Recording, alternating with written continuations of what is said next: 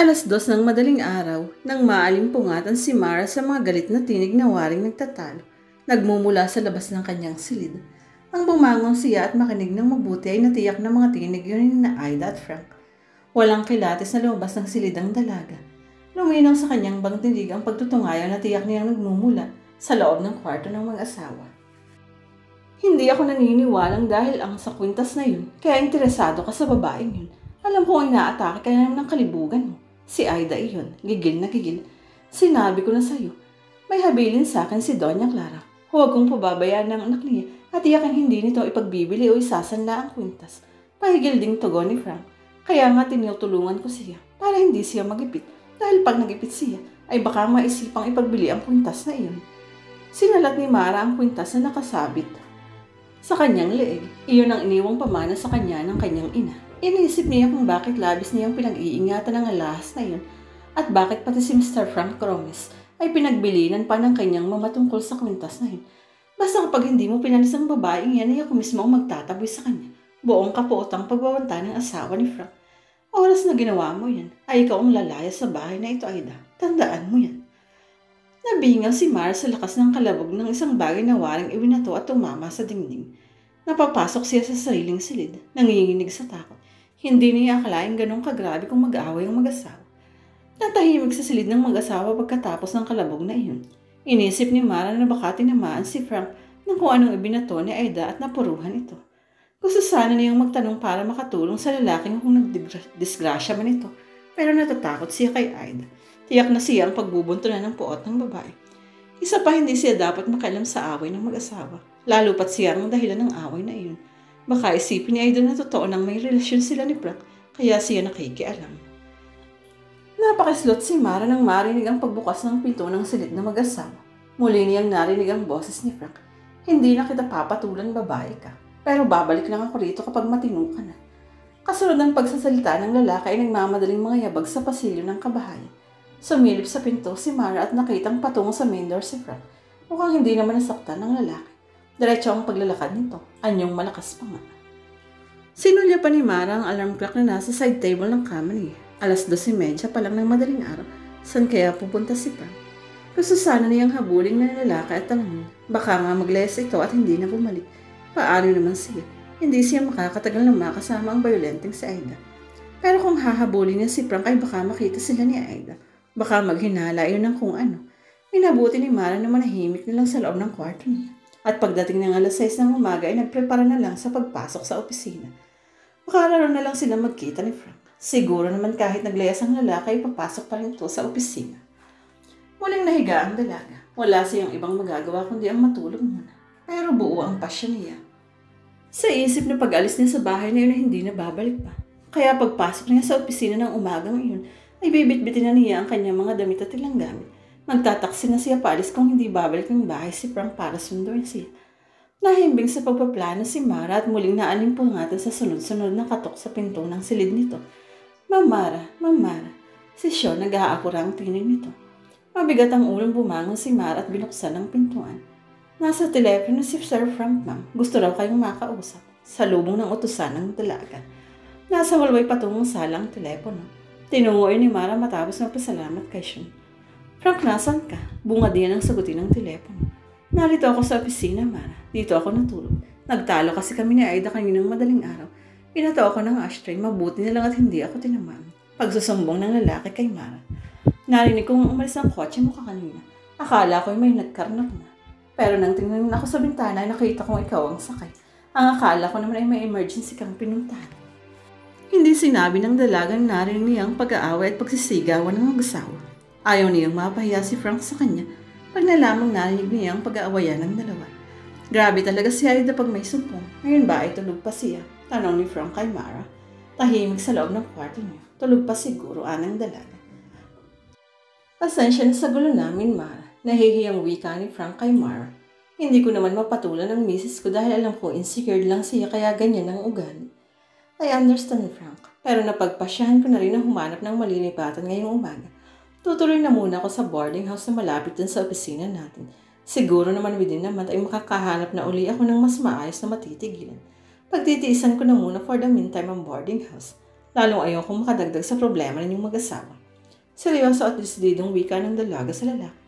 Hindi na kita pipigilan kung ganyan ang pasya mo, Mara, at saka sa inaasal ng misis ko. Ay napapahiya na rin ako sa'yo. Pag alis ko rito ngayon, dadalhin ko na ang mga gamit ko, Frank. Magtataksi na ako papunta riyan sa opisina. Titingnan ko lang kung makakapagpaalam ako kay Aida. Pero kung hindi pa rin siya magiging gising hanggang pag-alis ko, itatawagan ko nilang siya sa telepono kahit sa bandang hapon para magpaalam. Patuloy ng dalaga. Babalikan kita riyan ngayon din, Mara. Kaysa magtaksi ka pa at gigisingin ko rin si Aida para makapagpaalam ka. Baka kasi lalo siyang magalit kung aalis ka nang hindi niya alam. Maagap na sambot ni Frank.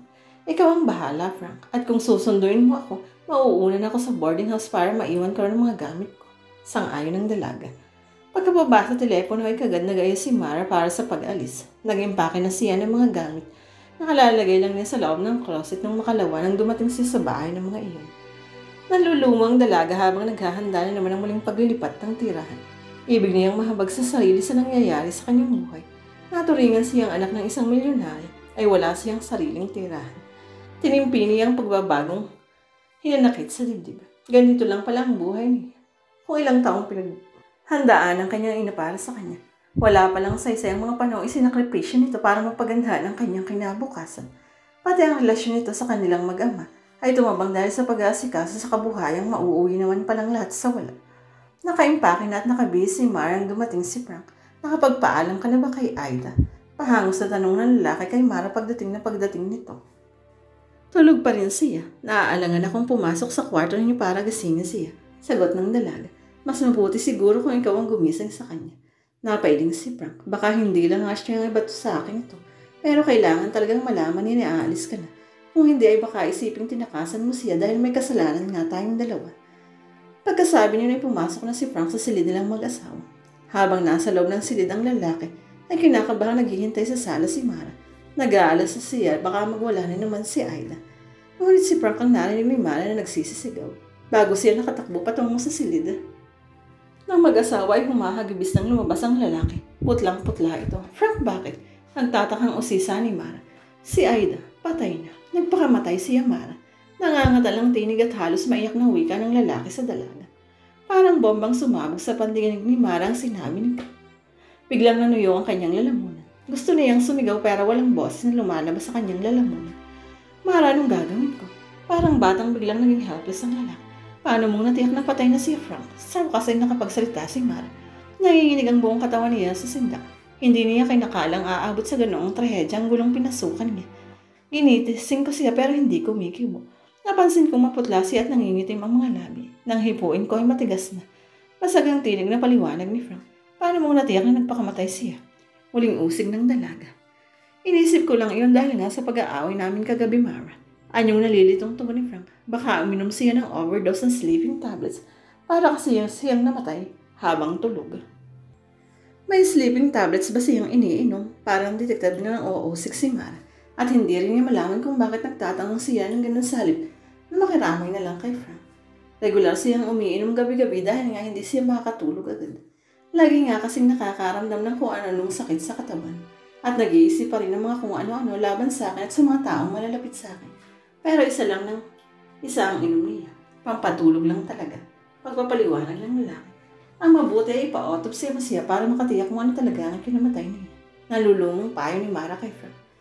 Palagay ko hindi na kailangan ni Mara. Payapa na siya. Ano man ang dahilan ng pagkamatay niya ay hindi na mahalaga. Ang mahalaga ay payapa na siya. Malungkot na tugon ni Frank. Tinungo ng lalaki ang telepono. Tatawag na lang ako sa punerarya.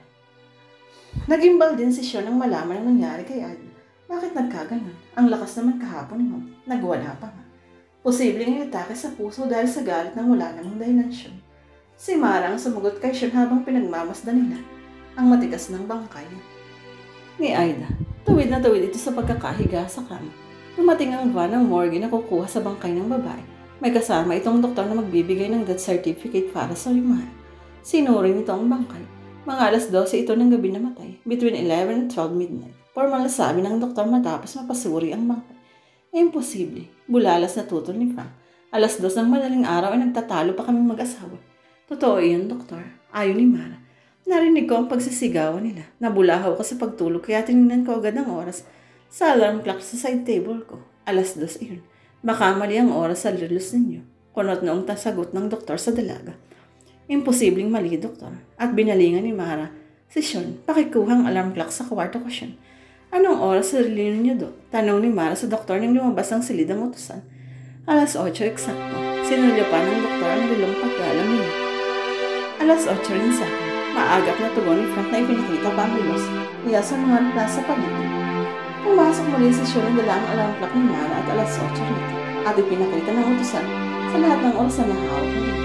Hindi ko ginagalaw yan mula kanina ng 2:00 ng madaling araw, sabi niya.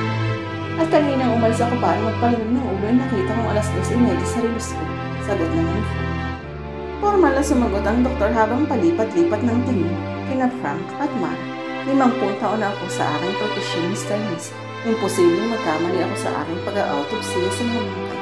At ang umawang ito ay hindi namatay sa atake sa puso o overdose ng pampatulog.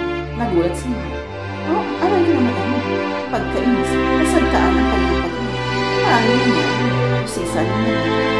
Nakatakot ba siya ng pumit sa mukha o ulo ng matagpuan? Tanong ng doktor Timothy. Mara at siya. Ang mister niya ang ulang nakatakot sa bangkay niya. Maaga masambog ni Mara at bumaling sa namumutlang lalaki. Nakakumot nga siya nang makita ko. Inalis ko nga dahil sa ginigising ko siya. Nakatakip nga yan sa mukha niya. Nagmamadali sa pagsasalita sa ko. Posibleng nainis siya habang natutulog dahil sa pagkakatakot ng kumot sa mukha niya. Kaya hindi na nagising. Sang-ayon ng doktor. Pero iginigit ko pa rin na yumawag siya sa pagitan ng 11:00 at 12:00 ng gabi. Kaya imposibleng makausap siya ng 2:00 ng madaling araw. Baka nagkamali lang ako ng tingin sa relos ko. Mabilis na tugon ko. Imposibleng nagkamali rin ako ng tingin sa alam. Ngunit noong badya niya. Ang minsan ang kunin ng mga attendant ng punerarya ang bangkay ni Aida, hindi pa rin maubos malisip ni Mara ang pangyayari. Nagpaalam si Frank kay Mara na susunod sa punerarya. Mamimili ako ng serbisyong gagamitin kay Aida, Mara.